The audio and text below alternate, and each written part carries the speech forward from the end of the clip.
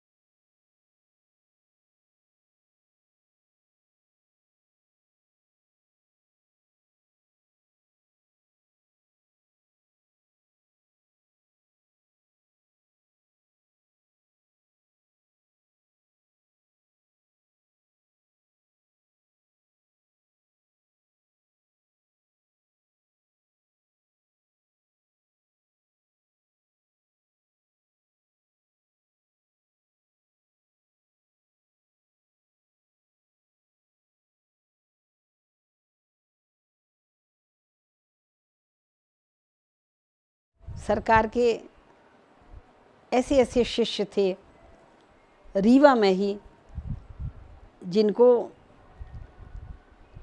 सरकार की शरणागति ग्रहण की थी। बहुत बड़े आदमी थे, उनको सिया सहचरी कहते थे और सिन्हा वो थे, कायस्थ थी जात की, पर बहुत बड़े आदमी की लड़की थी। उनको मायके से भी अच्छी ज़मींदार की और यहाँ भी आए थे तो उनके जो ससुर थे वो जज थे और इनके पति भी बहुत अच्छे पर स्वतंत्रता संग्राम सेनानी थे। वो उनके राजाओं के संरक्षण में थे। इनके ससुर जज थे तो राजाओं के यहाँ स्वतंत्रता संग्राम सेनानी नहीं रह सकता क्योंकि राजा की विपरीत भावना थी, तो उन्होंने अपने लड़के को निकाल दिया था। तो वो उनके पति प्रेम नारायण नाम था क्या था, तो इनके सरकार के शरणागत हो गए थे। तो उन्होंने जब पिता ने निकाल दिया और कहा हम कोई जायदाद तुमको नहीं देंगे, तो जायदाद से अलग होने के बाद भी वो तो स्वतंत्रता सेनानी भी रहे और सरकार की सेवा में भी रहे। तो पूरा परिवार सरकार की सेवा में समर्पित हो गया था। 8 बच्चे थे उनके, 4 लड़के और 4 लड़कियां, और वो स्वयं सिन्हा बहन जी पूरे समर्पित थे। पर उन्होंने किसी से मांगा नहीं, बहुत कष्ट उठाने लगे। तो सरकार ने उनको आदेश दिया कि आप सब लोग पढ़े लिखे हो, एक स्कूल खोल लो। स्कूल खोलने से अच्छा आपके पास जगह तो है, मकान था और काफ़ी मैदान था, तो वहीं पर उन्होंने सरकार की आज्ञा से स्कूल खोल लिया था। स्कूल खूब अच्छा चलने लगा था और उससे उनका थोड़ी आर्थिक स्थिति संभल गई थी। अच्छा, इन लोगों की प्रतिवर्ष इच्छा होती थी कि सरकार की जयंती यहीं मनाई जाए, तो सरकार हर प्रतिवर्ष पधारते थे। उपरेहटी में इन्हीं सिन्हा बहन जी के यहाँ सरकार की जयंती मनाई जाती थी। कभी कभी ये स्थिति भी हुई कि अच्छा, फिर एक स्थिति ऐसी आई, देखो भगवान कैसी परीक्षा लेते हैं। उनके पति भी विपरीत हो गए, उनको भी लोगों ने भड़का दिया कि आपके यहाँ ये ठीक नहीं है, ये गुरुजी के यहाँ जाकर लड़कियाँ नाचती हैं और गाती हैं, तो ये तो माने अच्छा काम नहीं है और आप मना करिए। तो वो मना करने लगे। सिन्हा बहन जी बोली कि भाई अब तो हम पीछे नहीं जा सकते, हमने जो मार्ग ले लिया है, जो आपके द्वारा ही हमको नियुक्त हो गया, हमने प्रशस्त कर लिया है, अब उस मार्ग से हम हट नहीं सकते। हम तो गुरुजी के चरणों में रहेंगे और गुरुजी के चरणों में हमारा कीर्तन होगा। जैसे मीरा ने कहा था कि संतन ढिग बैठे बैठे लोक लाज खोई, ऐसे उन्होंने कहा अब तो हमारी लड़कियां भी नाचेंगी, हम गाएंगे और हमारा कीर्तन होगा। तो पति ने भी छोड़ दिया था। तो जब पति ने भी छोड़ दिया तो इनकी एक ऐसी नौबत आ गई कि घर में खाने के लिए भी नहीं था। तो बेचारी चना फुला करके, ऐसा सुनने में आया कि 8-8 दिन तक केवल चने खा करके उन्होंने अपना समय व्यतीत किया। अब ऐसे समय जयंती आ गई सरकार की और सरकार पधार गए। अब किसी से इन्होंने कभी याचना नहीं की, कभी मांगा नहीं था, क्योंकि उनकी स्वाभिमान भी था कि हम किसी से मांगें कैसे। पर अब बहुत किशोर जी से प्रार्थना की कि अब हम क्या करें, तो हम कहाँ जाएं, किससे कहें। सरकार पधार गए हैं और जयंती हमको मनाना है। तभी एक मनी आर्डर आया उनके यहाँ, ये कल बताया था क्या, तो मनी आर्डर आ गया। तो उन्होंने देखा कि मनी आर्डर, बोले कि आपका मनी आर्डर आया, कहाँ से, लखनऊ से आया है। तो देखा भाई का मनी आर्डर, राखी के उपलक्ष्य में। कहा आज तक तो कभी हमारे भाई ने राखी पर कोई पैसा नहीं भेजा, अभी कैसे भेज दिया। पर सोचा अच्छा फिर बाद में बात करेंगे, अभी चलो आ गया, पैसा आ गया तो हमें ये जो हम कार्य कर रहे हैं ये कार्य हो जाए, सरकार की जयंती निपट जाए, फिर बाद में देखेंगे पूछेंगे। तो बड़े शान से उतने पैसे से इनने जयंती धूमधाम से मनाई। और सरकार की जयंती जब हो गई, सरकार जब पधार गए, वहाँ से चले गए, तब फिर इनने फ़ोन किया अपने, उस समय ज़्यादा फ़ोन उनकी व्यवस्था थी नहीं, फ़ोन किया, ये चिट्ठी से पूछा कि आपने कैसे मनी आर्डर भेजा। तो उन्होंने कहा अरे मनी आर्डर तो हमने कहीं नहीं भेजा। कहने नहीं, आपने तो रक्षाबंधन का मनी आर्डर, हमको आश्चर्य कि कभी नहीं भेजा, ये कैसे भेजा। उन्होंने कहा नहीं हमने नहीं भेजा। कहने लखनऊ से आया, आपके नाम से आया। तब सहचरी बहन जी को लगा कि ये हमारे गुरुदेव की ही कृपा थी। वो समझ गए थे कि हम यहाँ ये बहुत आर्थिक विपन्नता में हैं, तो सरकार ने ही ऐसी कुछ व्यवस्था की, उनकी कृपा हो गई कि ऐसा पैसा आ गया और उन्होंने बढ़िया धूमधाम से मनाई। फिर उन्हें सरकार को बताया, सरकार बोली देखो किशोरी जी की ऐसी कृपा होती है। अच्छा, एक और हमको घटना मालूम हुई, जब रामकुंज की घटना है। रामकुंज में सरकार ने आश्रम था, वहाँ रहते थे, तो बड़े महाराज जी, वो छोटे छोटे भगवान वहाँ थे, छोटे विग्रह थे। तो सरकार की इच्छा हुई कि यहाँ बड़े विग्रह स्थापित किए जाएं।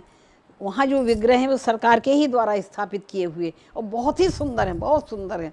तो उनको सरकार ही जयपुर से लेकर के आए थे। तो जब वहाँ बड़े महाराज जी बोले कि आप ही को जाना है और आप ही उनको लेकर के आएंगे। तो सरकार गए, कलाकार के हरिदास जी भी साथ में थे। उनको कलाकार को कहा कि भाई ऐसे ऐसे भगवान, ऐसे विग्रह बनाना है। तो कलाकार ने अपनी पूरी कला लगा करके विग्रह को तैयार किया और जब सरकार को दिखाया तो देख करके सरकार एकदम दुखी हो गए कि हम जैसा चाह रहे थे वैसे नहीं है। कलाकार से कहा भैया ये नहीं है ऐसे। तो कलाकार ने कहा कि सरकार अब इससे ज़्यादा हमारे पास कोई कला नहीं, हम नहीं बना सकते। हमने अपनी पूरी कला लगा करके आपने जैसा दिया था कि ऐसे होना चाहिए, बैठे हुए जो होना चाहिए, प्रसन्न होना चाहिए, विवाह के मंडप के होना, हमने वैसे ही बनाए, पर अब हम नहीं बना सकते हैं। तो सरकार आकर के अपने आश्रम में जहाँ ठहरी हुई थी आकर रोने लगे, भगवान से प्रार्थना करने लगे, भगवान इस कलिकाल में आपको प्रत्यक्ष तो कोई देख नहीं सकता, केवल विग्रह के रूप में ही आपको देख सकते हैं, तो क्या उतना भी आप दर्शन नहीं दे सकते भक्तों को? ऐसा करके सरकार ने खूब प्रार्थना की। प्रार्थना करके दूसरे दिन जब चलने को हुआ, कहा भैया वो तो विग्रह नहीं बना सकता है, चलो देख लें उससे, बात कर आए कि अब हमको नहीं लेना है। गए जा कर के देखा तो उससे कहा कि भैया अब हम जा रहे हैं और आप तो कहते हम विग्रह नहीं बना सकते, इससे अच्छा तो ज़रा एक बार दर्शन करा दो। उसने जैसे ही दर्शन कराया, जो ओढ़े हुए कपड़े थे हटाया, अब देख कर के सरकार आश्चर्यचकित रह गए, बोले आपने इनको बनाया है क्या, इनको सुधारा है क्या? कह रहे जैसे आप छोड़ गए थे वैसे ही सरकार, हमने इनको कोई छेनी तक नहीं लगाई, कोई हमने इनमें परिवर्तन नहीं किया। अब सरकार देख कर के आश्चर्यचकित, ये तो जैसे हमारे मन में था स्वरूप, जो हम चाह रहे थे उसी स्वरूप में ये बदल गए, अपने बिना कारीगर के छेनी लगाए भगवान में स्वयं परिवर्तन कर दिया सरकार की प्रार्थना पर कि हमारे भक्तों को, संतों को कम से कम इस रूप में तो आप दर्शन दे दें, कैसे सुंदर हैं, कैसे लुभावने हैं, कैसे मनोहारी है। और उस रूप में फिर उन्हीं को लेकर के सरकार आए। जब यहाँ आए तो बड़े महाराज जी ने कह दिया कि वो पूरा खर्चा आपको उठाना है। तो सरकार बड़े पशुपेश में पड़े, उन्होंने प्रार्थना भी की, कहा कि सरकार गुरुदेव, ये अकिंचन तो ना कहीं भागवत कहने जाता, ना कहीं कथा कहने जाता, ना कोई कमाई करता, मेरे पास तो कुछ भी नहीं है। इस अकिंचन के पास इतना बड़ा प्राण प्रतिष्ठा का खर्च में कैसे उठ सकेगा, कौन करेगा? बोले वो हम कुछ नहीं जानते। बड़े महाराज जी ने बड़े उससे कह दिया, हम नहीं जानते, वो आपको ही करना है, ये आपका ही काम है। अब सरकार बैठे किशोरी जी से प्रार्थना करने लगे कि इतना बड़ा भार हमारे ऊपर आ गया, हम कहाँ जाएं, किससे कहें, कौन सहायता करेगा? किशोरी जी गुरुदेव ने डाल दिया और अब आकर के विराज गए हैं, प्राण प्रतिष्ठा होना है। ऐसा करके सरकार बहुत प्रार्थना करते रहे। तो सवेरे शौच के लिए गए तो हरिदास जी महाराज सरकार का बिस्तर ठीक करने लगे।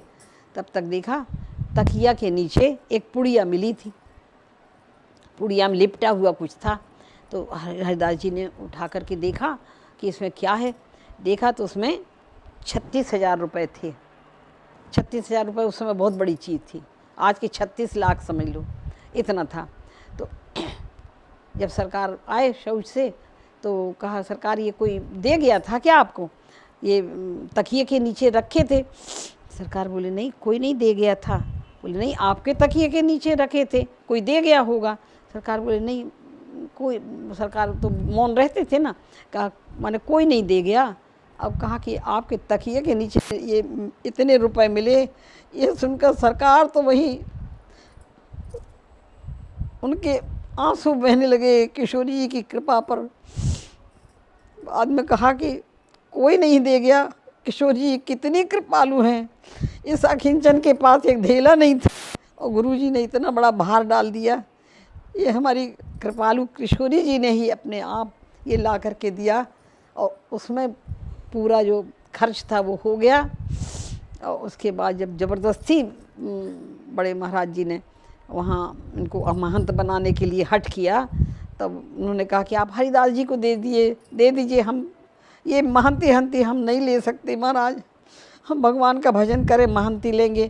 पर जब बहुत ही हट पड़ गए और जब कहीं से आते थे सरकार, महंत तो बने नहीं और इतना खर्च दे देते कि ये आपको करना है।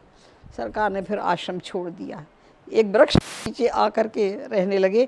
वृक्ष के नीचे ही एक कुटिया बन गई और वहीं पर संतों की सेवा होने लगी। और उसके बाद ये सिद्धि सदन बना है, जिसमें क्योंकि सरकार की शिष्य मंडली बहुत बढ़ गई थी और बड़े महाराज जी के यहाँ लोग आपत्ति करने लगे थे उनके, और दूसरे शिष्य लोग, कितने शिष्य आते हैं इनके, ये आते हैं वो कर। तो अब भगवान सरकार हमारे शिष्यों को कैसे मना कर दें कि तुम मत आओ अयोध्या में, हमारे पास मत आओ।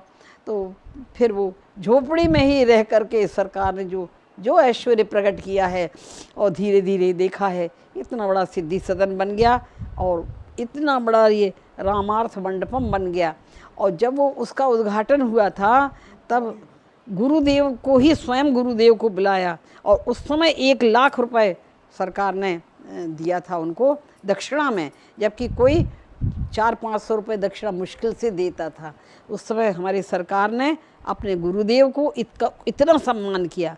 अच्छा, रीवा में भी जब मंदिर बना, रीवा में भी सरकार की देखो ऐसी कृपा थी। रीवा तो सरकार की जन्मभूमि है, पौड़ी रीवा का स्थान, तो रीवा वालों से कुछ अधिक ही लगाव उनका था। वैसे तो विरक्त साधु उनके लिए तो सब मम प्रिय, सब मम उपजाए, ऐसा है, पर फिर भी